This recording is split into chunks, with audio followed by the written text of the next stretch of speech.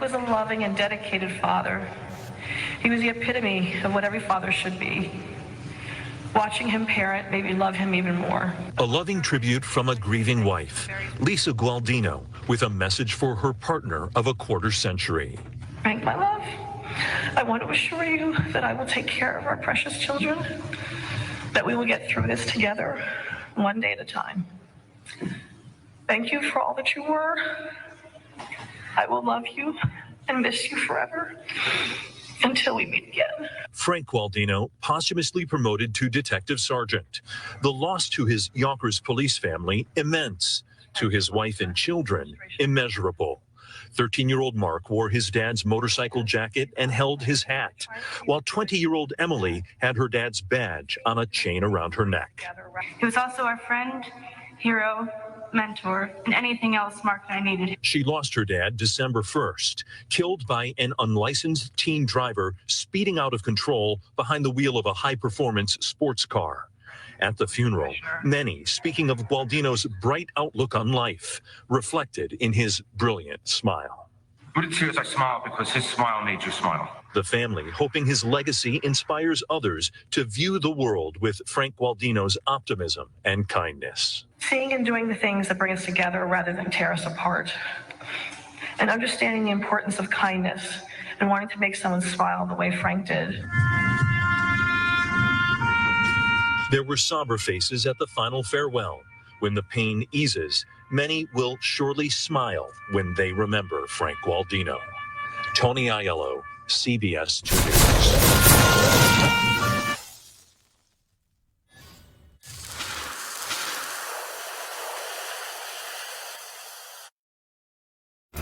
Good evening, folks. I'm Freddie Vasquez. This is Business Politics Unfiltered. Tonight, joining me is Anthony DiMaggio, former Yonkers police lieutenant, to discuss the Detective Sergeant Frank Gualdino case and the recent indictment of the 16-year-old driver. Good evening, folks. I'm Freddie Vasquez. Happy Tuesday.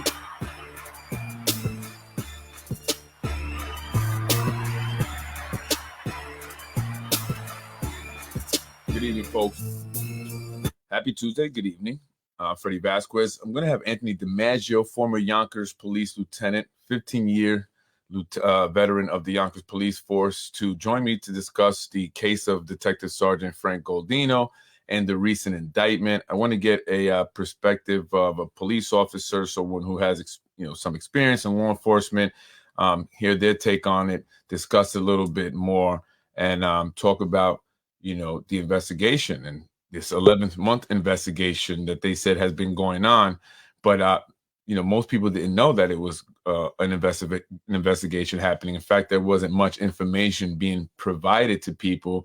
And this had a lot of people angry. So to hear this recent indictment, I'm sure is making some people feel relieved. But there's still some details about this investigation and the recent indictment and charges that are, still not making people happy. So again, help me welcome Anthony DiMaggio. Haven't had him on for a while.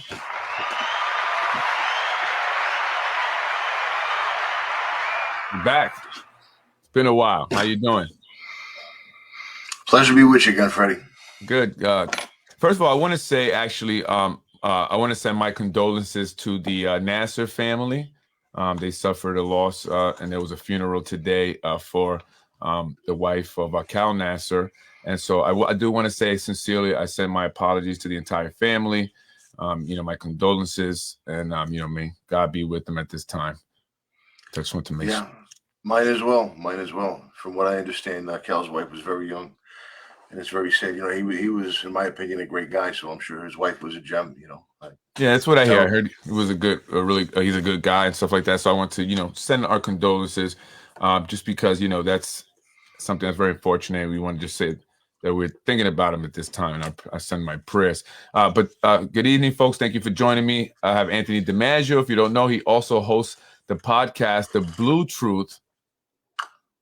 I called it the Unfit LT, but it's the Blue Truth podcast. So if you haven't been watching that, check that out. He's got it up on his page, and he talks a lot about what's going on with your case, as well as other cases, other individuals that have reached out to you. So that's, if you're interested in that, make sure you check that out. But we're here tonight to talk about Detective Sergeant Frank Gualdino, who was killed by a 16-year-old unlicensed driver in a BMW driving recklessly on Tuckahoe Road. This was about, I believe, December 1st of 2022. It's been about 11 months now, pushing 11 months. So tell me what you've been thinking about it. Tell me. Well, I caught the tail end of your intro there, and you highlighted how nobody seemed to know that there was an investigation of that length and magnitude going on. I can tell you why that is because there wasn't one. So you don't believe there was an investigation this entire time? They weren't, No, I mean, there was an investigation, but an investigation into an incident like that where the entire thing is on video when it's more or less cut and dried, it doesn't take 11 months. Probably doesn't take 11 days. So if you want, we can get into some of the reasons why I believe. Well, yeah. Well, I was going to ask you that. Why do you believe that? And people I've seen comments about the election, and this is political. But why do you believe? Well, yeah. I mean, sure, it's political. Mimi Blankets, as I've come to call her, is that's Mimi Roker, the Westchester County DA. Yeah, sure. She's about as political as it gets, despite all her claims to the contrary. And, in my strong opinion, this was nothing except her delaying at the request of her allies in the party. The prosecutorial part of this, incident, the grand jury, which, if you've seen the video like I have, it's clear as day that that's a criminally negligent homicide. I think I even said that on one of the podcasts that I came on with you. Well, let me understand the process, right? So when the police officers in Yonkers, because I was told that it was up to the county, why I was asking certain people, why isn't Yonkers pressing charges? They said, well, it's up to the county to bring charges, right? So, but a Yonkers police arrest an individual or something like this is committed in Yonkers, right? How does charges come about? I mean, isn't there someone in Yonkers that presses charges? I mean, well, it could have been handled a number of different ways. And the way that they ultimately decided to handle it was to go with a felony charge of criminally negligent homicide. Now, why a felony? Because a felony is something that, the district attorney has to get permission from society, from the people to move ahead with. And that takes the form of a grand jury. Sure. Right. So 23 members of the public will hear all of the evidence coming from the prosecutor, from the DA. It's a prosecutorial event. It's the defense gets no say in a grand jury. It's not a trial. It's just the prosecution showing the grand jury all of the evidence that they have and saying, do we have enough to charge this person with a felony? Now, for misdemeanors, you don't have to do that most of the time. But for felonies, yes. So in my opinion, they resorted to criminally negligent homicide, which it is. I mean, it's definitely that. But they could have also charged reckless driving. I'll send you a link and we'll go over some reasons why I think they didn't. Do you think they were waiting for him to be old enough to be charged as an adult? No, because how you get charged depends on how old you are when the crime was committed. No, they waited because they know how it's going to play out, right? So him being 16, the problem with this case for politicians, and more specifically for Democrats in New York State, and even more specifically for Democrats aligned with Albany, being Governor Hochul at the moment, is that this case highlights in no uncertain way the problem with the raise the age law that was passed right around the same time as bail reform. I don't know if they were passed simultaneously. I think they might have been. It was closely. Yeah. But even if not, I mean, just a few years ago, this young man would have been charged as just that, as a young man, as a 16-year-old, as an adult in the criminal court, no matter what they charged him with. 16, you're an adult. Now it's different. Now 16 is a juvenile delinquent for most purposes, certainly for this purpose. So, once they charge him with something, he's got a right to a speedy trial. So they can't just delay the outcome until after the elections. So they had charged him right away. Soon after December 1st, the accident, okay, it's there, it's on video, it's clearly a criminally negligent homicide at a minimum. Let's go ahead and charge him. Now, the reason they don't want to do that is because once they charge him, he's got a right to a speedy trial, no matter how old he is. You just charge him and leave him hanging in limbo forever until after the November 2023 elections. But they don't want the result. They don't want the final disposition of the case to happen before the election because it's going to cause outrage. All that's going to happen to this guy is he's going to spend a little time in juvie. He's probably going to plead guilty in the family court, and we'll explain why he's about to go to the family court. So what does that charge mean exactly? He's being charged with a felony negligent homicide. What is it? Felony? Criminally negligent homicide is an E felony in the penal law, not the vehicle and traffic law. It's sort of a catch-all charge in the penal law that's put in there for any when I hear time. felony, I think of it's a big charge. Felon, right, you're a felon. Right, and that's what this press release is all about. I mean, I don't know if you were just reading it in the intro, but I thought I saw you. I watched part of your podcast last night. You were reading the statement. Was it from Spano himself? Yeah, the police department. So when people hear homicide, oh, he's being charged with murder. No, he's not. No. Criminally negligent homicide is an E felony. It's basically the lowest form of homicide you can charge somebody with. And it's sort of a catch-all for when one person has caused the death of another person and the circumstances don't really fit any of the other homicide statutes. It basically says when you've behaved in some way that was so insane or so, just completely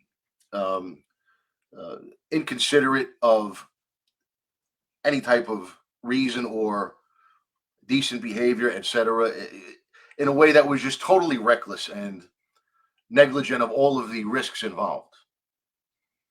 And as a result of your behavior that you chose to engage in, you killed somebody. So it's basically a catch-all kind of a statute, criminally negligent homicide. So you're saying that they waited, there was no investigation. It's pretty much they had video, they had the witnesses, they know what happened, shortly thereafter. But if they had, pressed the charge, filed these charges, indicted him at that time, then he would have a right to a speedy trial, which would then result in a verdict, which could be unfavorable for, certain individuals during the elections coming up in November. 1,000%. So wait to file the charges, so that way, by the time the outcome of the case happens, the elections are already over. Right. So whenever you have a sequence of events that you know from your experience how it's going to play out, and it's going to be a series of good news, yay, the indictment, and it includes the word homicide, make everybody happy. Spano gets a nice little bounce going into next week elections. By the time it gets resolved and everyone sees that all he's just going to get is really a slap on the wrist, some time in juvie and maybe 1,000 or so hours of community service, the election's all over and Spano's well into his fourth term. Now let me ask. I want to ask you this real quick. I want to bring up the C.J. Hackett case, right? The 16-year-old who was killed by a drunk driving city employee, and now there was no why was that so pretty much quick, right? There was no real investigation there. That didn't take 11 months. What's the difference in those cases? And I get it, it's political, but how can they say this took 11 months, but with C.J. Hackett, we were able to determine, it so quickly? Again, political calculations. Rather than doing a thorough investigation to find out exactly, what this guy was doing, what his real state was, how his, how much alcohol he drank, based on the number that they, of drinks he had, to make sure that they maximize. The outrageous thing, and the way I see it, in that case is that the prosecution is going ahead and taking the liberty of applying the affirmative defense for the defendant. So in other words, and I think we spoke about it on the podcast that we did about that, when you're drunk, okay, and you've been arrested for a DWI or vehicular manslaughter like he was, the presumption is, meaning that the case starts from the point of this accident happened because you were driving drunk. You caused this accident by driving drunk. That's where it starts. It's actually built right into the law that way. It's up to the defendant to go to trial and raise the what we call the affirmative defense, or just raise the presumption, raise the the rebuttal to the presumption. No, there were other factors that caused this accident. So in other words, if he wants to say this kid was drunk, look, you took a sample of his blood and this was his blood alcohol content. That factored in. That's his job, the defendant. It's not Mimi Roca's. It's not Mike Spano's. Even though from what I hear, Mike Spano himself is going around telling people that exact thing. Like, come on, Well, those kids were drinking that night, talking about CJ. Right. I did hear that. I don't know who said it, but I heard from people that it was going around being, it was said that, that he was drinking, and they were trying to imply that he has some fault in his own death as a result of that. And you're saying that, that the police or the investigators were the ones that took it upon themselves, the liberty to determine that, Right. when they shouldn't be focused on the kid, which is insane.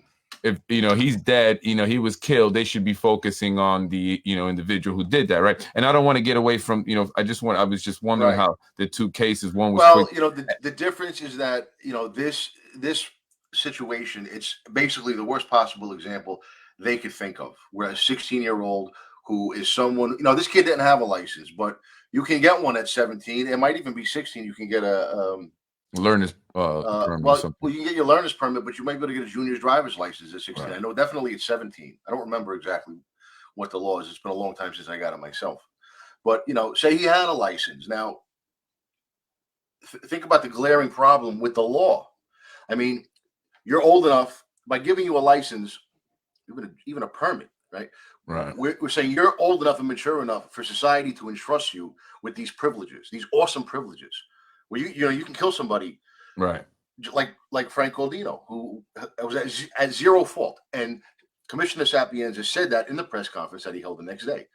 His exact words were, "This was not a case where our officer shared in any fault or anything. He was doing nothing wrong, and it was all this other fellow's fault." Now, so as a driver, someone entrusted with those privileges, you can kill somebody. And we're saying we trust you to be mature enough not to do things like this. But at the same time, you're also too young to be charged as an adult if you do something like this, right, and kill somebody. Right. So it was not a very well thought out change in the law.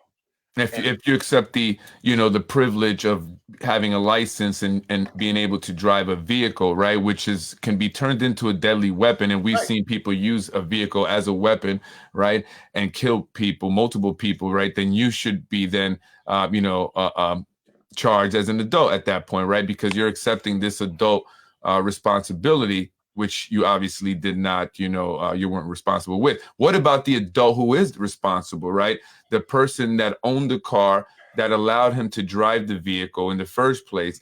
What fault do they have? What, responsibility, any legal responsibility, or do they have? That's not as cut and dried. If Dad says, "Hey, look, I didn't give him the car.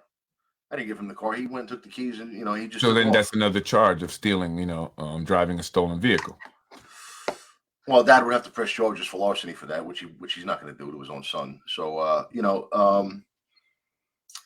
yeah, I mean, it's a problem. It really is a problem. Now, in my opinion, reckless driving should also be charged. But then when I was looking over, a summary of the new statutes concerning juvenile delinquents and a new term they came up with, adolescent offenders, and the way it works, I could see why they didn't charge him with reckless driving, which is a misdemeanor in the vehicle and traffic law. Now, I was looking at a link earlier. I found it a while ago, but let me see if I can. A lot of people were registered. Let's just really talk about that real quick. A lot of people were upset while you're looking for the link because his name was not released, and they're saying it because of his age. But I can show you cases where they released the name of the person who was 15 and 16 years old, and then they weren't releasing the name of the owner of the vehicle, right? And they said at least that's who owns it. Who let this kid take this car?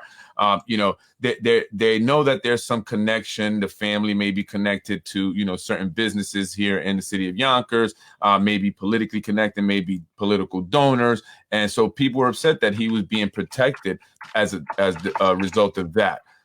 And so, do you believe that to be the case? What do you think? I believe, I don't know any of that for a fact. I mean, I've heard it. If it is true, then it's probably just a case of both factors being in play. I think the delay has more to do with party politics and this raise the age law thing. And I think the reason that they're not charging him with reckless driving might have a lot to do with, his family's connections with the mayor or whatnot. Because as you're about to see, I'm going to send you a link. If he were to be charged with reckless driving, he would be getting charged as an adult in the criminal court. It's very weird the way they wrote the new laws. I never studied them because the last time I studied for a promotion exam, it was still the old laws. That was back in 2017.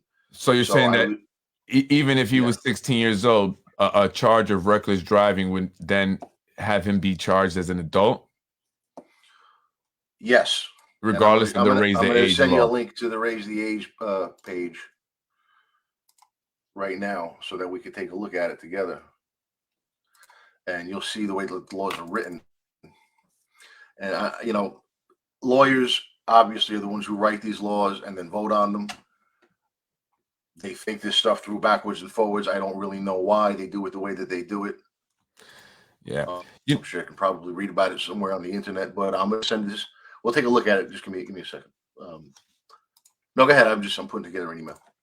So, I just, a lot of people were upset about this, case, and this is just another example, of a lot of the corruption, right? The corruption that goes on in the city of Yonkers. Let's call it what it is. You look at the CJ Hackett case, right? The individual there, the time that he's facing, right, and the way that he's, that trial's going from, and the way he's being treated with kid gloves, right, after killing someone. Then you see this young kid now, the same thing, being treated with kid gloves, right, and after he killed someone, and it's a police officer, our beloved police officer, right? And it's just, I was reading something that a council member had wrote, and it just shows the sense of entitlement that person has, and just that, these individuals have.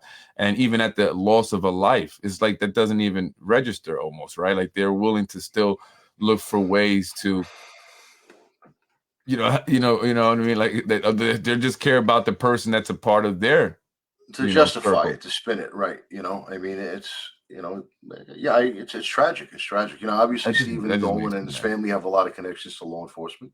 And that Rory Dolan's, that's the Dolans of Rory Dolan. No, I don't. I mean, Dolan is like Smith.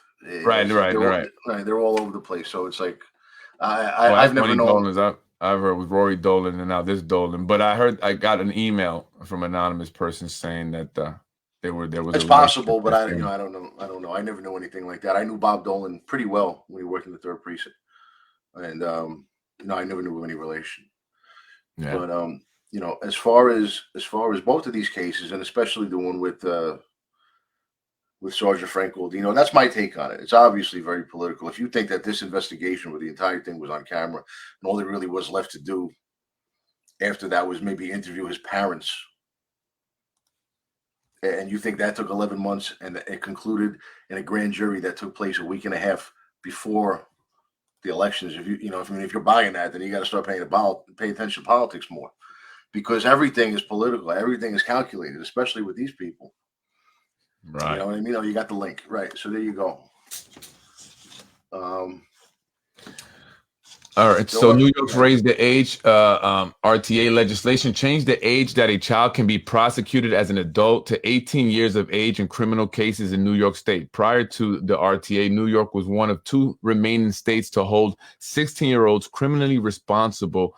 RTA changed the age of criminal responsibility to 17 as of October 1st, 2018, 18 as of October 1st, 2019. Is there any specific part you want me to read there? No, I mean, it said, look, scientific research has shown that prosecuting and placing children in adult criminal justice system does not work. Well, I don't think putting adults in the criminal justice system is working either. Really. Children or adults, neither one works. Well, we're hardly putting them in the criminal justice system these days. You know, that was these two law changes working in tandem are really wreaking a lot of havoc. Maybe less so this one. I don't know. I mean, you said that when they released they have released the names of young people, 15-year-olds, etc. in certain cases. Now that's for certain crimes. What, like murder? Okay? Right. There are certain extremely heinous crimes, probably about a dozen or so of them. Murder in the first degree, murder in the second degree, armed robbery with firearm, forcible rape, certain very serious sex crimes, things like that, where a 14, well, it used to be 14, 15, now it's 16, 17, will be tried as an adult. So right here, and not to cut you off, Right. 16 and 17-year-olds charged with misdemeanors under the vehicle and traffic law are considered adults, and their cases are decided in a local criminal court. Reckless driving is a misdemeanor under the vehicle and traffic law. If they were charging him with that, which they should be, he would be getting tried as an adult in the criminal court. So they're doing him a favor. And so what would the difference be in, let's say, in the sentencing he would be facing? That I don't know, because I would have to study these laws and how the sentencing applies to these people of various young ages now that the law has changed. Like I said, I studied it under the old laws, and I knew it pretty well, backwards and forwards. These new laws, I never studied them. So, I mean, what we see here on this website and on the flow chart that you can click on, you and I will. So essentially, he would have the charge of reckless driving, right? Which would be a misdemeanor. So it would be a misdemeanor charge. It would be a misdemeanor under the vehicle and traffic law. Now, for some reason, DJ Danny, nice to hear from you again, pal. No, so misdemeanors, non-criminal violations, and VTL misdemeanors go to the local court. Okay. Non-criminal violations and VTL misdemeanors, right? For some reason, vehicle and traffic law misdemeanors, and there aren't a ton of them in there, those still go to the criminal court. And I think they did that realizing that 16 and 17-year-olds can drive. So they did think about that. Yeah, they did. I guess they did, but I don't know why. I mean, what happens for vehicle and traffic law felonies? Because there were a few of them in there. I mean, do those go to the local court? It seems like they stayed away from the vehicle and traffic law on purpose in this situation. Yes. And that's probably what they spent 11 months figuring out. I think they had that figured out in 2 weeks. Non-violent felonies, which is what he is being charged with, right? I don't know if they considered criminally negligent homicide a violent felony. I don't know. No, non-violent felony. Oh, I don't know if they consider it violent or non-violent. I don't remember. I don't remember that stuff. Well, it goes to family court. He's going to family court. Classifications of laws. So here's what's going to happen. Right. So violent felonies, non-violent felonies. With this case, whether it's a violent felony or a non-violent felony, if you look at this flow chart, basically, and it's not a very well-constructed flow chart. It's all over the place. I don't like it. Right. But what it basically comes down to is that Mimi and whatever judge hears the case in this youth part, which is this youth part thing is a new there's that youth part down in that circle in the bottom right. It's a new thing that they created. There was some equivalent under the old system, but now they call it the youth part at the county court or the state Supreme Court. You see, the county court is where all felonies are tried for adults. Apparently, they created this youth part thing up at the county court, where what's going to happen now is that Mimi is going to have to make application to a judge to have the case stay in the youth part. It's going to be commenced in the youth part, right? Because it's a felony. So it's going to be commenced up there in the youth part. But then if she doesn't intervene and make an application and give her reasoning as to why he should stay in the youth part and not get kicked down to the family court for him to be tried as a juvenile delinquent, if she doesn't do that, or if she does do it and fails, then it's going to go back down to the family court, which is almost certainly what's going to happen. I'm telling you right now.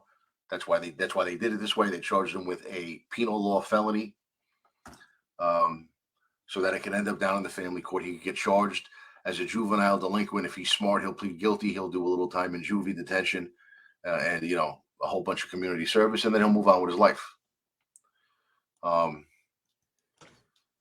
So this is political as shit. Don't let anybody tell you that it's not. Oh, 1000%. So here, New York law, reckless and traffic law, section 1212. Reckless driving shall mean driving or using any motor vehicle, motorcycle, or any other vehicle propelled by any power other than muscular power or any appliance or accessory thereof in a manner which is unreasonably unreasonably interferes with the free and proper use of the public highway or unreasonably endangers users of the public highway. Reckless driving is prohibited. Every person violating this provision shall be guilty of a misdemeanor. Now, have you seen the video? Do you think this guy did that? Oh, yeah, 1000%. He was flying. He blew past the car on the right. What happened is he blew past the car on the left lane. He tried to get over to the left lane, and that's where he lost control. Right, but he was driving like a madman. He had to have been. Right. Because for him to lose the control like that, that's because he was going fast. Just joining now, since I'm not getting notices you're on. I'm sorry, I put one out. I'm sorry, I might have missed it. If I ask the owner of the car is being charged or whoever is responsible for allowing this kid access to the car. No, Joan. We touched on that. It was probably going to happen. His dad is going to deny having given him permission to take the car, and that'll be the end of that.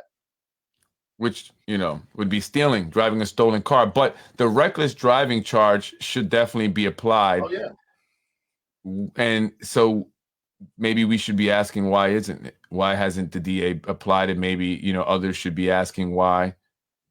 Could they do both, the charge he has now plus the reckless driving charge? Or is it one or the other? I don't see why not. And in which case, I think according to the flow chart we were just looking at, that would go to the criminal court. And, it's just, I mean, it's another case of Mimi Blankets doing some big favors for some other big time politicians. No, she's not running for re-election next election. So, no, I think my guess is she's probably got a $400,000 payday lined up at some law firm, doing criminal defense, because that's what a lot of prosecutors do. They flip sides of the coin. He will get a 6.5, and that's it. So his bail was set at $5,000, correct? That's what I heard. I didn't read that anywhere.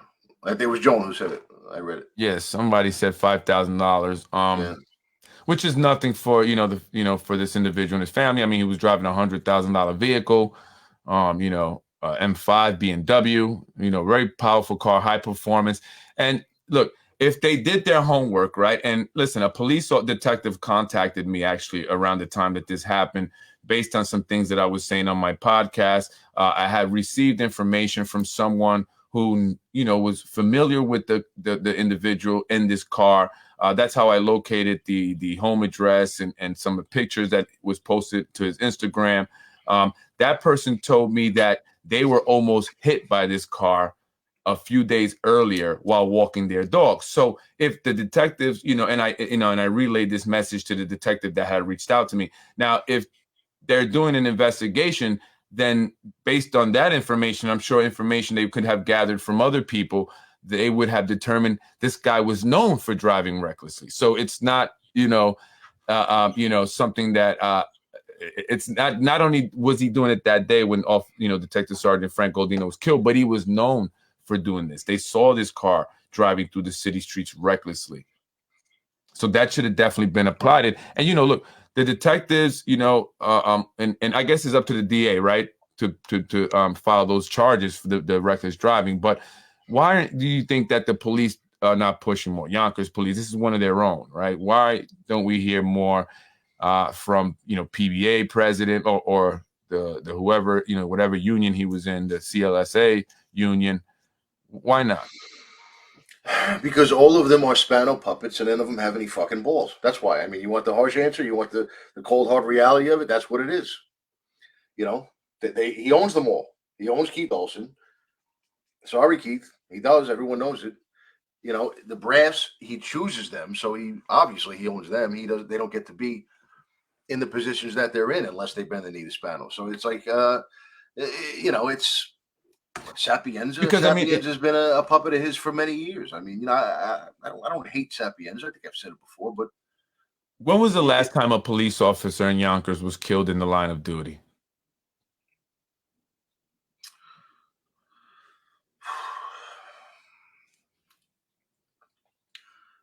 Yeah.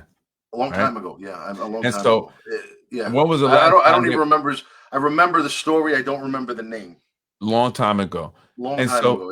Yeah. here we have, for the most part, and we had a police officer shot on Elm Street, maybe a couple years ago, right?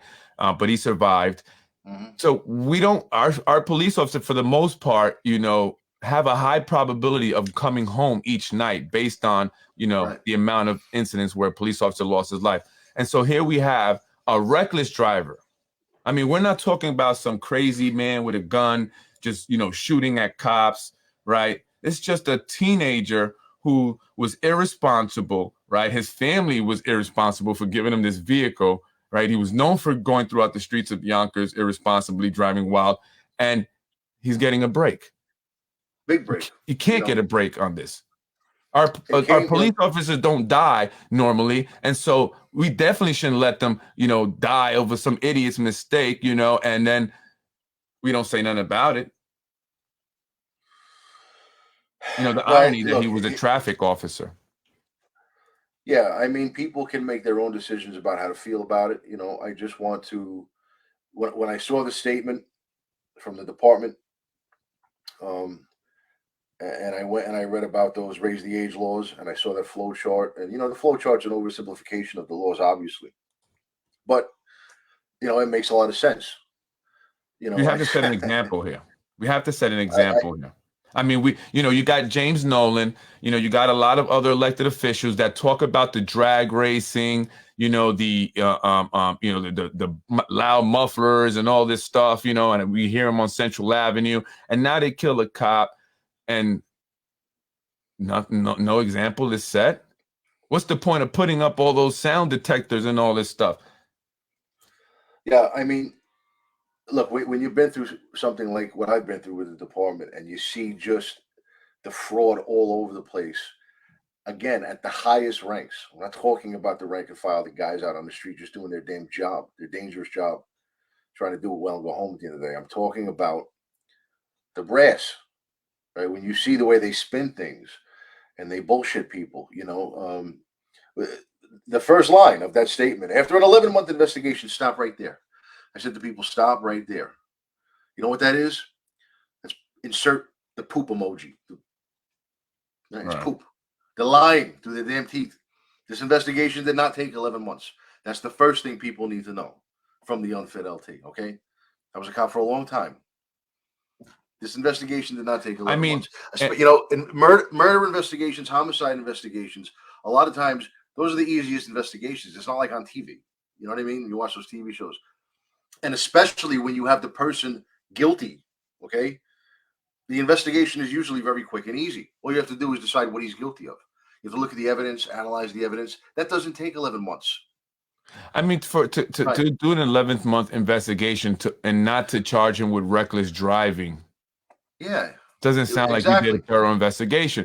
The Beeline bus has a camera that I'm sure caught the car coming towards them, right? Because they always have a camera that faces, so they see the oncoming traffic, everything in front of them. So I'm sure they can see the way the car was driving as it was coming towards them. So it was heading east. And then also, again, from what a witness told me, who reached out to me, and I'm sure there are others who might have seen this car driving recklessly, that should have been applied, right? And so the fact you're saying we did a 11-month investigation, we want it to be thorough, but you're not thorough because you're not charging them with obvious charges that even, us non-law enforcement, we're not prosecutors, we're not, judges or nothing like that. And we can see that the reckless driving law should, charge should be applied. My buddy Stevie D made a comment. Did you see that comment from Stevie D? Yes. Yeah, Stevie D, I haven't spoken to him in a lot of years. He's an old pal of mine, from the 3rd Precinct. We got along real good. We even hung out together off duty now and then, a lot of years ago. So I love Steve. Right. And what he said in that comment is not untrue. A lot of investigations do take time and they shouldn't be rushed. This was not one of them. So I have to disagree with Steve here. This is not an investigation that took a long time. Then people can say, you were never an investigator, dude. But even if they did, I mean, if you're consider yourself intelligent, right? And even if they, and I'm not talking about you, I'm talking about whoever's listening. Even if they did, think about this. Then why was he not charged with reckless driving? You would have figured out in your investigation after 11 months that reckless driving was involved in this homicide, in this death. No, that's the main reason. You should have figured out. You should have figured that out after 11 seconds of watching the video. Right. So that's what I'm saying. The idea that this took 11 months, forget it. So you can't believe all the major pieces are right there at the crime scene. The perpetrator, you got him. The video, you got him. There's nothing. This is not a whodunit type of an investigation. This is not. I don't want to forget. Joan brought up a point. Good point. I don't want to forget the people who were injured on the Beeline bus. Right. There were a number of factors here. County bus driver injured and bus damage. Passengers were injured. There was some that were injured. City car destroyed. Right. All relatively minor with the loss of beloved sergeant, detective sergeant, of course. But why are they not litigating against his family? Right. There's a lot of damages that occur, the death of the officer being the biggest. Right. But there's so much that happened here for this to, be just kind of. It's calculated. It's all been calculated out and planned out. I mean, it's from the second I heard that it was a 16-year-old, and this took place after they changed the laws. I already know right then and there he's not going to get in a whole lot of trouble because he's basically a juvenile delinquent. Now, I come to find out later after I read some of this stuff, that's unless they charge him with vehicle and traffic law crimes. Right. Like reckless driving. Which they're specifically avoiding doing. You understand? They should be. Couldn't be any clearer of a case of reckless driving, but they're staying away from that to keep him in the family court, to keep him away from the county court, the Supreme Court, the adult stuff. And the timing of it is so that they sandwich the election in between the good news, which is the announcement of the indictment, and the bad news, which is the fact that he's not going to pay much of a penalty at all. It's strategic. Right. It's strategic. And, I don't want, people can, I'm not saying you should feel it makes perfect sense. That's up to you, but it makes perfect sense. How to feel about it is up to you, but you should understand what's going on because you're not going to get it from the brass. You're not going to get it from City Hall. You have to get it from someone who was on the inside and knows how these things work and who has, just a general understanding of politics. I've been following politics for a lot of years. Everybody's calculated, right? Everybody wants to win elections. And, you have to be able to read between the lines, which is something that I do well, especially when I'm, dealing with these people. So that's what's going on. That's it. It's very unfortunate. Definitely, it is political, just like many other things here in the city of Yonkers, and it makes a lot of sense. Get people, make people feel good about the indictment. Right? Finally, something they're doing their job. The elections and come up. Spano that releases the statement, wasn't it? It was from the mayor, right?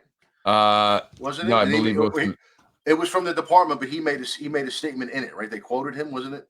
I'll take a look at it. Am I wrong about that? I thought I read a quote from him. Well, let's read it real quick. Nearly after an 11th month investigation, the Yonkers Police Department is announcing that criminal charges have been officially filed against the driver who caused the December 2022 accident that killed. So he's saying he caused an accident. He didn't cause the death. He caused the accident, right? Caused the December 22 accident that killed police detective. On Thursday, December 1st, 2022, at approximately 3:34 p.m., members of the Yonkers Police Department responded to the Springbrook Parkway overpass on Tuckahoe Road on a report of a motor vehicle accident. This accident involved multiple vehicles, namely an occupied Westchester County Beeline bus, a 2020 BMW M5, and an unmarked Yonkers police vehicle, a Chevy Impala. The operator of the police vehicle was identified as Yonkers Police Traffic Unit Detective Sergeant Frank Gualdino, a 24-year veteran of the department who was set to retire soon and subsequently succumbed to his injuries and was pronounced deceased at an area hospital. The operator of BMW was identified as a 60-year-old male resident of Yonkers. He was transported to an area hospital in critical condition due to laws as a minor. They're not identifying him. This case is being heard in Westchester County Family Court. The 16-year-old male was indicted by a Westchester County Court grand jury on Friday, October 27, 2023, for one count of criminally negligent homicide, a felony. He surrendered. Penal law felony is what, you know, they're What's if that? if they wanted to be more specific, they'd say a penal law felony. A penal law felony, Right. criminally negligent homicide. He surrendered himself to Yonkers police detectives earlier today and was subsequently arraigned in the youth part of the Westchester County Court this afternoon. The consequences of the irresponsible action of the driver resulted in a loss for our Yonkers Police Department, our city, and most importantly, the Gualdino family, said Mayor Mike Spano. Several law enforcement agencies dedicated time and resources by proactively pursuing this case, and we thank them for their effort and commitment. Thank you to Westchester County District Attorney Mimi Roca for securing charges with the following case. So he said the consequences of the irresponsible actions of the driver resulted in the loss of our Yonkers Police Department, our city, and most in a loss for our, right? So he's saying the irresponsible action, which is reckless driving. Yeah, he didn't say reckless. He should have said reckless action. He specifically avoided that, if you ask me, purposely. Because if you say reckless, then it's like, well, how are you not charging him with reckless driving? Irresponsible as if he stole a bag of potato chips from the corner store. It's ridiculous. And this, Jones says, all I remember is the day of the press conference announcing the death of Sergeant Gualdino, with the mayor asking all to remember that the young driver was also seriously injured. Really? This was a time to ask for sympathy for the driver who caused the death? And I remember that, you know. And so, yeah, well, I mean, you know, sometimes people, even in their 20s, are not mature enough to be driving, in my opinion, a lot of times. So it's, I don't wish this kid any ill. I don't wish this kid. Yeah, me. Neither do I. I don't. That's not on me to judge. I'm just here to analyze. An example needs to be set, because this is the problem with Yonkers, and this is what I say, and I've said this to certain individuals, you know, people in Yonkers, you know, that run the show, you know. I've said this. I said that, you know, you want to hook people up, right? You want to give family and friends a job. You want to, you know, look out. Okay, I get that. We all want to look out for our family, right? But when they're causing problems, right? When they're causing issues for other employees, they're not working, or they're abusing this, you know, the job, doing, you know, abusing overtime, or when they're, you know, driving the vehicles drunk, right? Or taking vehicles to bars and stuff, then they cause deaths and injury and damage to property. That's not okay, right? And so you can't allow this to happen. So you have to nip this in the bud, right? You can't just, you know, it's like with the drunk driving, right? You had the drunk driving, many employees that were driving drunk, and it resulted in either injuries to other people, injury and death to other people or themselves, right? And so where do you nip it in the bud? Where do you say, no, enough is enough? We have to set an example, you know, enough people dying, whether it's a 16-year-old boy on a scooter, or it's a police officer in the city of Yonkers just driving in his, you know, car on duty, doing his work. You know, where do you know, we have to set an example. So I don't wish the kid any ill will. I'm not looking, it's not personal. It's not about this specific kid, but too many people are dying and getting hurt. And there are too many people that are doing this are getting away with it. And that's not okay. So, yeah. And I mean, I would like the cops. I would like the cops to know that, the Yonkers cops, and just cops in general, but specifically the Yonkers cops, you know, they could be pursuing more serious charges against this fellow. And they're not. They're staying away from the V&T because that puts him apparently in the criminal court. They don't want him in the criminal court. They want him in the family court. He's obviously got some sort of connection. You know, they should be charging him with vehicle and traffic law violations, starting with reckless driving. God forbid this happens to another police officer, right? For a reckless driving, right? Or one of the residency in the city of Yonkers. You know, reckless driving is a misdemeanor, which means it does not have to happen in a cop's presence. Traffic infractions, things like speeding or blowing a stop sign, things like that, those aren't crimes. Those are traffic infractions. Those have to happen right in front of the cop. And if need be, you can request a deposition from the cop, you know, for your court case, and the cop will have to write one out of what he saw. Reckless driving is a misdemeanor. You don't need a deposition. The DA might want one. Maybe you fill one out, but you don't. It doesn't have to happen in your presence. Is the point. You know, you don't have to see it happen. You got it on video. That's good enough. You know. Have you been getting any? You know, I know you still, you know, kind of keep your ear to the street. You know, especially, you know, with the police department. So, have you gotten any of their feelings on this? You know, since the indictment You know, or just in general, how do they feel? You know, any officer and stuff. I get complaints about a lot of things. A lot of things. Certainly, when this was fresh, you know, almost a year ago, there was a lot of buzz about it, a lot of people talking about it. I heard some other things a few months back saying, you know, that's over with. It's completely squashed. I think maybe the brass injected that rumor, you know, that nothing's going to happen. The kid's going to get off scot free. I think they just wanted people to kind of forget about it, you know, to not talk about it. That's what I was hearing, from insiders. But I don't know. That's just me speculating. But I was hearing that like it's over with. They're not doing anything with him. But hey, you know what? If you're gonna do something with him, save the announcement for right before the election. You know, so they're playing games. They're playing political games with this case, just like they do with everything. Do you think a lot of people are seeing this more now? Hey, you know what? It's like that. It's like that scene from The Untouchables. You remember that scene? I don't know if I've mentioned this before. I know I've been thinking about it. I've been wanting to say it. I don't know if I mentioned it on your podcast, maybe on my own. It's like that scene from The Untouchables. Remember? You ever seen a movie? I have. I just don't recall it. Probably a long time ago. Yeah, Andy Garcia and Sean Connery. All right, we're going to take down Capone. You know, I remember them. I just don't remember the scenes. Yeah. So Sean Connery takes him right to the door of the distillery of the illegal, you know, right, the illegal distillery. And Andy Garcia says, "Well, how do you know it's here?" And Connery says, "Everybody knows it's here. It's just it's not a matter of where and who. It's just a matter of what do you want to do about it? Because once you kick in this door, the war is on, and there's no going back. So it's, you know, what's happening is happening in plain sight. The corruption is out in the open, you know, and it's just who wants to do something about it. How do you get people to pay attention? That's the trick. In a town that's politically asleep, in a town where in the Democratic primary there was a Hispanic woman and a black woman on the ticket, and they couldn't put together 1,600 votes between the two of them, or 26. Corazon got 1,600 between the two of them. They couldn't put together 2,600 votes in a town of what, 60,000 registered Democrats. So people aren't paying attention, you know, and that's how the Friends and Family Network carries the current administration through election after election. You know, that's why they don't want. That's why they're delaying this stuff going on with my other friend that I've been podcasting about until after the election, because he's part of DPW, and if too many guys in the DPW and the Parks Department, or, you know, the Teamsters Union in general, get wind of what they're doing to him, it might turn some of them off, keep them away from the polls. Many don't know. Right. Many don't know. Right. I mean, yeah. Put it this way: a lot of people had no idea what was going on with me. What was really going on with me until I started coming on your podcast. They believed all kinds of crazy nonsense, you know. So who knows what they believe about him?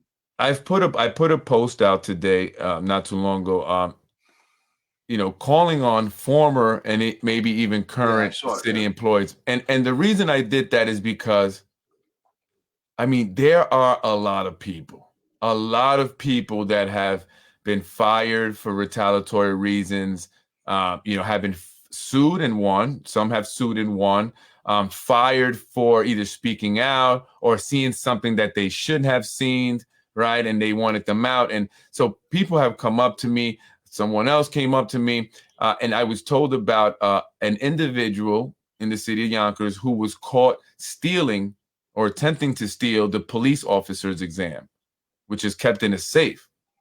This person caught this individual, and as a result, that person was fired for catching the person doing this. Right.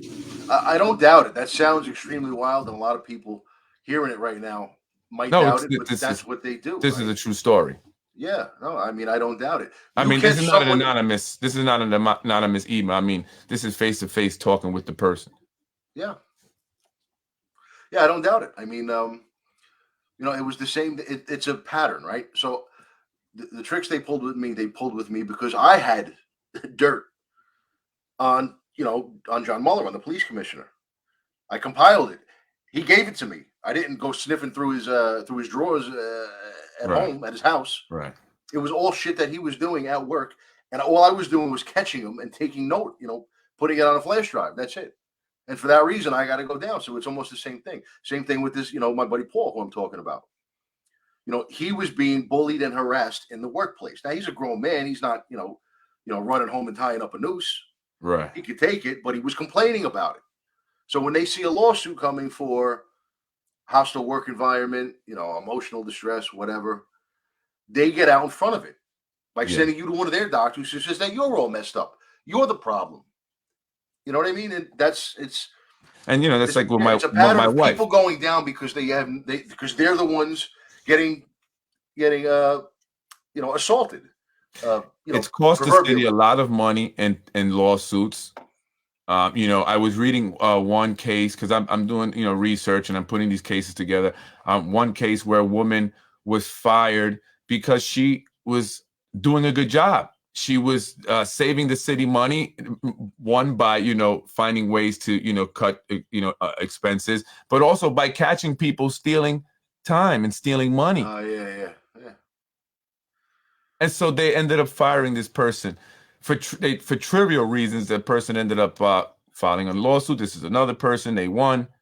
Yeah. The judge stated it was obvious that this was, retaliation. It was trivial things that they were picking on, and yet they had a good record. And so, like, this is it's just disgusting to me, and how people can do this and get away with it time and time again. Well, when you have allies at the district attorney's office, when you have allies in just about every attorney's office across the county, when you have allies, you've been in office for 12 years, 16 years, and a healthy percentage of the judges on the benches throughout the county, or in some way or to some degree beholden to you. I mean, it's a dictatorship, and it's not good. It's just incredible the people that go along with it, that are willing to be a part of this, and that they're just okay with it. Well, you know what? Sometimes you just got to play for the long run and be willing to lose if you're gonna go to war. I am. You seem to be. Other people are waking up to that sort of mentality too. So we'll see what happens. What do you have to lose? I mean, at this point, they're gonna come for you no matter what, right? And so you have to just say, listen, I'm gonna, because and I feel bad because some people just think that, okay, I'm just gonna try to stay quiet, stay low, but that's it. Once you've been targeted, that's it. Yeah, no, not with people like this. There's no going back. It's like goes back to Munich and Churchill sounding the bell about Hitler, but Neville Chamberlain wanting to make peace with them. Oh, if we just give them what they want and appease them and. But I'm hoping don't fight with him too much. He'll just stop. And Churchill saying, no, he won't. He's nuts. He's not going to stop. The more you take that attitude with him, the harder he's going to keep coming. He's going to keep coming more and more and more. You got to fight him. That's it. Yeah, there's no way around it. You have to stand up. You have to speak up. You cannot be quiet anymore. You can't be afraid anymore. Everybody has to speak up. And it's happening more and more. More and more people are speaking up, but we need more people. I want to hear from people who have been, in a situation like that, whether, former or current. You can remain anonymous. I want to hear your story. You got to start putting these stories together and talking out about this. This is unbelievable how they just target people, and they target good people, the good people, the people that do the job well. And so the residents suffer also. So it's not just the person being fired, losing their job, their pension, their income, their livelihoods, their business. It's also the city residents who don't get to have, these amazing people because they want to have their friends and family. They want to have individuals that are not qualified, criminals, people that are on drugs.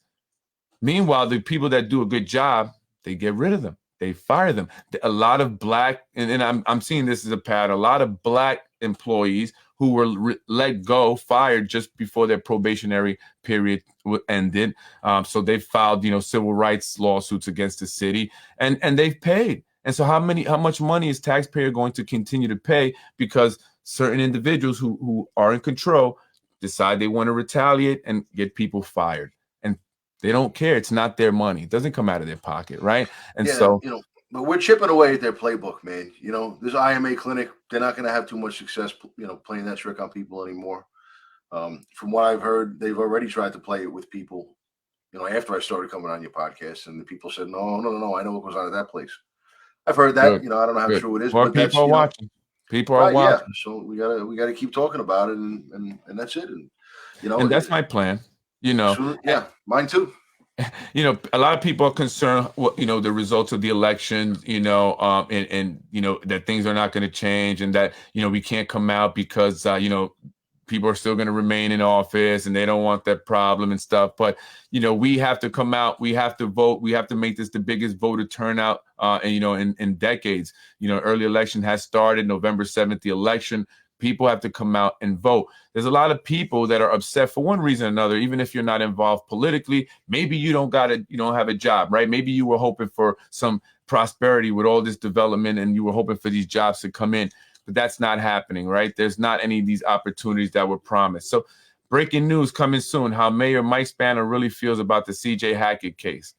Oh, it's a sad thing. I heard some stuff happen at a meeting. I know what Tony's talking about. Yep. Sad thing is when you expose the bad apples, you have others that stick up for the bad apples, not knowing the truth about the situation. 1,000%. 1,000%. That's happened to me. People say, "Oh, but you don't know what these people have done." And some people maybe can't believe how vicious they can be. And look what they did to you, right? Look what happened to you. What happened to the guy Paul that you've been talking about? I mean, they take away everything from you, everything but your life. And I think that's probably have happened once or twice before in the past, but they take away everything from you. They literally try to bury you. There's nothing to stop them.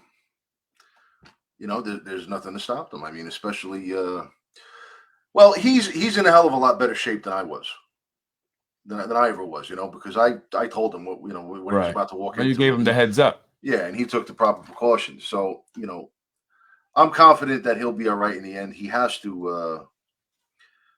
Something's got to give, because let me tell you something. When you have the damn evaluation recorded, and it doesn't match the damn report a bit, well, I mean, at what point does it start to get ridiculous? You know what I mean? It's like, so we'll see what happens with him. There's not going to be any updates on that until after the election. But I told him to, Well, here's one thing I'm going to say, and we'll wrap this up. Make sure you record everything. And that was a great advice that you gave him. And I hope that if there's anything that you guys are taking for this podcast, and, and I've said this too, this has helped me out and is helping me out. Record everything. You have to. You go into these meetings, record everything. It's just a way to protect you. It's not about being sneaky. You have to protect yourself. Unfortunately, you don't know who you can trust, right? So record everything. I told my wife to have done the same, just because, I was aware that things would be happening, and I'm glad that we did. So we're just waiting out to see how that's going to play. And then, we're going to then make our next move. So, we'll see what'll be happening. But this has to end. We need to come out and vote, speak up. Don't be afraid. You have the former Yonkers police lieutenant here, Anthony DiMaggio, the Blue Truth guy, right? Check out his podcast. You have Freddie Vasquez with Basement Politics, and you have many others that are speaking out, commenting on these pages. So it's time to speak out. Let's not be afraid. I got your back. Anthony has your back. Anthony, is there anything you want to say before we get out of here? Just, if you, work for the city of Yonkers, it's obviously why we do these podcasts. These are local podcasts, not really meant to grab national attention. So we're doing this for the people of the city. Get in touch with Freddie or I. Yeah, absolutely. politicwithfred@gmail.com. Tell them your email. Oh, mine is Anthony D. Yeah, Anthony D. The Unfit LT @gmail.com. Anthony D. The Unfit LT. That's right. @gmail.com. And obviously, as you've explained before, I call myself that mockingly because of the way that I was terminated. Right. Total rigged game. So I make light of it. And so if you are someone who is a city employee, like he said, and are going through a situation with human resource where they want to send you to some doctor or some place or whatever, it's all about retaliation, retribution. Make sure you reach out to Anthony. He can help you. He's been through that situation. He was able to help other employees. It was a big help, right? And if you want to get your story out there, or you have information that can help end all this, reach out to politicwithfred@gmail.com. That's me, Freddie Vasquez. This is Basement Politics, folks. That's Anthony DiMaggio. Make sure you check out his podcast. Just one more thing I will be talking about. Paul a little bit more in the coming week. The next few days, maybe, if I can get it in. If not, then at some point next week, I'll be talking more about the Paul Agostino situation. It's very interesting. So I hope he can come out one day and talk publicly, Paul. He has a lot of information.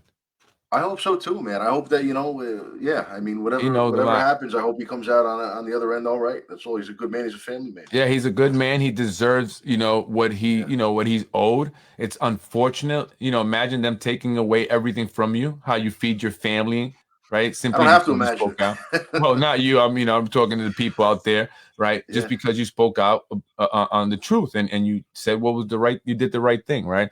And so it's unfortunate, but I hope he comes out publicly. I think he has a lot of information to say. I've had a lot of talks with him, I'm sure, as you, and so it would be great to have him on the podcast. Anyway, Anthony, thank you for joining me. I appreciate it.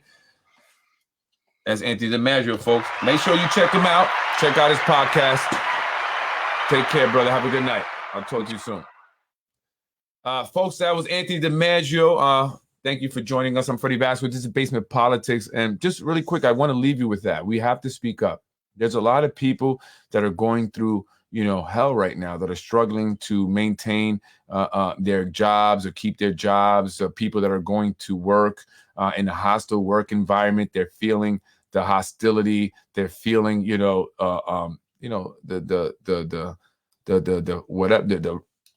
the evilness, what it is, because it's really evil, these people, what they do to folks. But when they decide to target you and they want you gone, whether, they want to see you get fired or they want to see you quit because you just can't take it anymore.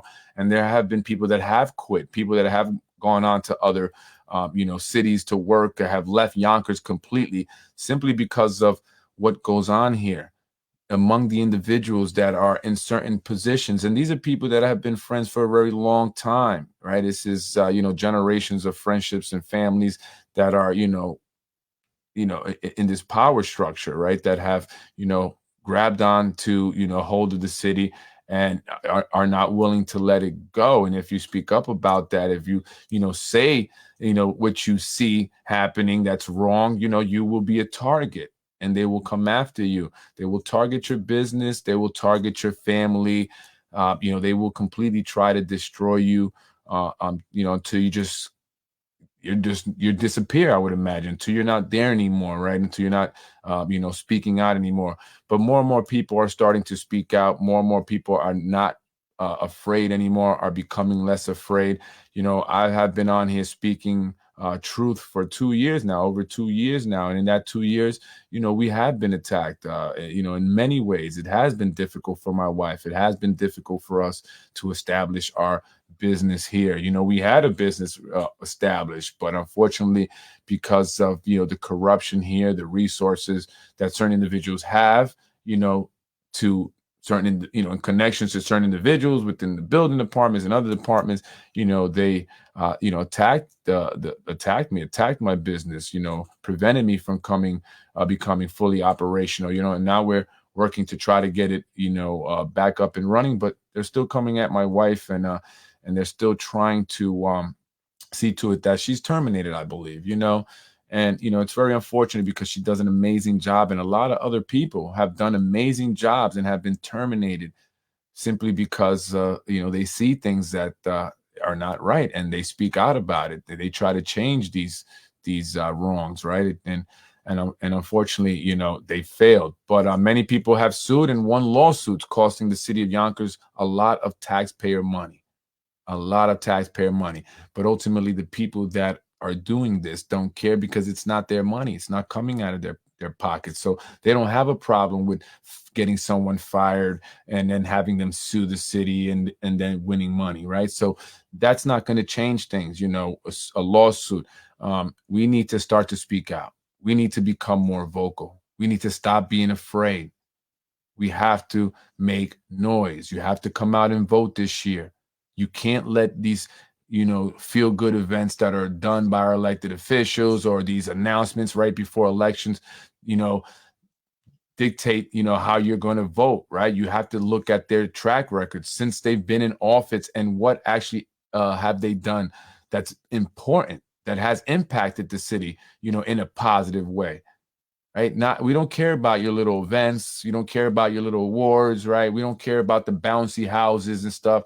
That doesn't fix the infrastructure. That doesn't fix the aging schools. That doesn't create more space for our students. That doesn't improve the quality of education. That doesn't provide residents more jobs. That doesn't provide residents with affordable housing. That doesn't bring crime down, right? That does not do anything for the people. It's great to have a day or two where our kids can bounce in a bouncy house and have a clown paint their face. But ultimately, we need our schools improved. That's what those kids need more than a bouncy house. The adults need more than just a feel-good event where they can go to for the day so a politician could get your vote. They need jobs. They need affordable housing. They need daycare, affordable daycare. They need to put their kids in universal pre-K, get their kids' education going. They need their child's IEPs serviced correctly. They need their children to be put on a bus that's not going to drop them off in some random street. We need more. We need more, a lot more. And our elected officials have not been providing us with anything other than more buildings that are forcing local businesses to close, that are forcing homeowners to sell. They're forcing daycare centers to close. That project on Woodworth Avenue caused a daycare center across the street from it to close. 90 families having to now figure out what they're going to do for childcare because they want to build 2 32-story towers on Woodworth. They don't care about the families. They don't care about the children. And how do they do it? They send the building department in there to condemn the building. I talked about this. It's the same pattern. When you want a property to shut down or you want a business to shut down, you send in the building department. They find violations. They condemn the building. That's how they take it from people. They've done it to the meat market on Ashburton and Woodworth when they wanted that property. They sent the building department there. After 70 years, no problem. Now the owner had to knock the building down and rebuild if he wanted to keep his business there. So he ended up moving. Jobs lost. You're being lied to. You've been lied to. Anyone that supports our current council members who are supposed to represent the people of each of these districts have no clue what's going on or are benefiting. At this point, no one should be voting for Tasha Diaz. No one should cast a vote for Shanae Williams.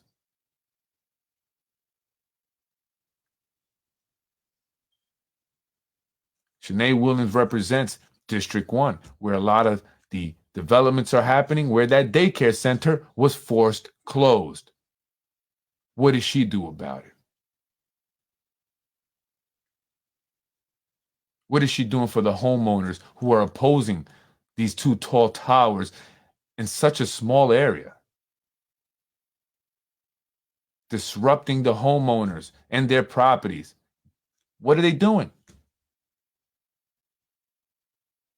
And when I speak about it, my wife suffers.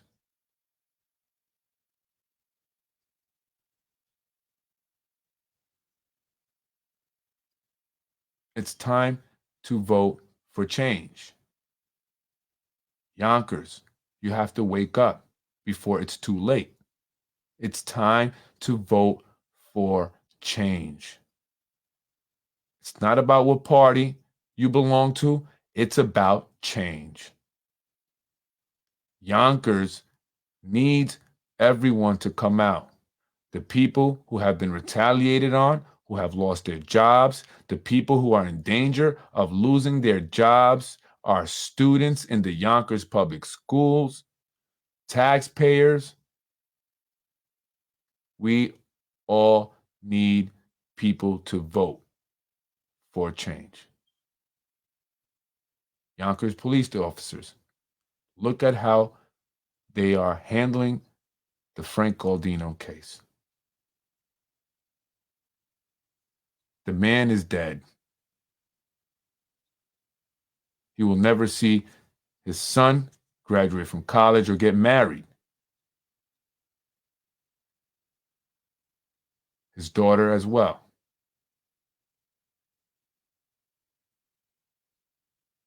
And they are protecting the person who is responsible for that. They care about their future. But what about Frank Gualdino's future and the future of his family? How does that look? How many more people have to die in Yonkers? They're dying at the hands of city employees or people who are connected, who are getting away with it. When are we going to nip it in the bud? When they're campaigning, they're out on Central Avenue talking about the drag racing. Look at the sound detection machines we put up so we can be notified for the drag racing and the illegal racing and donuts and burnouts and mufflers. And then here you have a kid drag racing, driving recklessly. Been seen throughout Yonkers doing so. Finally, he kills someone, a police officer. And what's the charges? What's the outcome, right? When are they going to nip this in the bud? When are they going to actually step up and do something? And so to the officers, you should see how much your lives are worth. Some politically connected individual could kill one of you, and they're going to get a slap on the wrist. Are you really that beloved? Are you really, that cared by these people? Are you really that cared for? They really respect you? Or they just use you?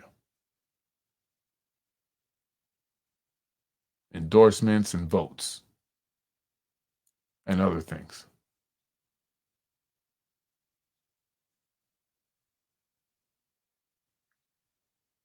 Enough is enough, folks. I'm tired of it. I'm Freddie Vasquez. This is Basement Politics. I'm not going to stop this podcast. I'm going to continue to bring you the truth because someone has to. Someone has to fight this. Someone has to say enough is enough, and I'm not going to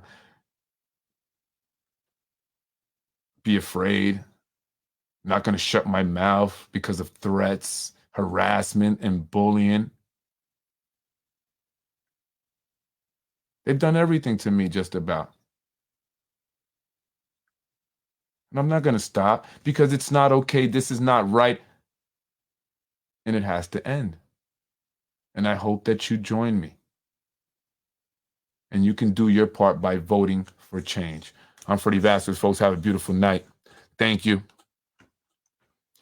Joan, I would love you to go on into your story of what Joan would love for you to go on until your story of what John Spencer did to you when he fired you back in the day and you said, and you beat them, and you sued and you beat them. A lot of people have sued. A lot of people have won. A lot of people have stories. And I'm hoping that people start to come out and tell their stories. And you can do so anonymously. I'm Freddie Vasquez. This is Basement Politics. Join me. Join me in creating change and ending corruption and protecting those who have been the victim of retaliation here in Yonkers. Have a beautiful night.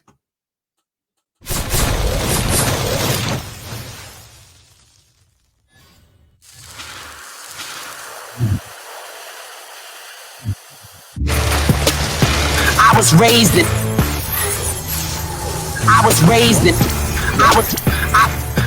raised in housing. I don't think you were. I want to end this quick because I'm greedy and I want some butter chicken. In another one, Mr. Rumo lied to me. and I don't vote for a person that lied to me. Thank you very much. Folks, I'm Freddie Vasquez. This is Basement Politics Unfiltered. It's disgusting, the sense of entitlement that some of these individuals have, like Mike Breen, who's saying he's happy to see another Fordham Prep graduate giving back to the community by being appointed to the Zoning Board of Appeals. How is he giving back, Mike Breen? By being appointed to the Zoning Board. And what about Yonkers public school graduates?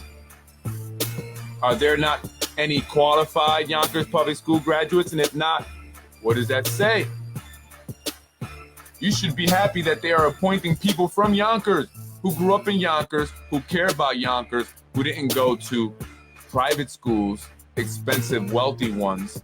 And it seems like it's all about the elites remaining in control, right? You have to go to Fordham Prep or Stepinac, or you're not good enough. Is that what it is, Mike Breen? What do you mean by that? What about Fordham University? If someone graduated from there, are they good enough, Mike? Where did you graduate from, Mike? What was your GPA? Were you cum laude? C word.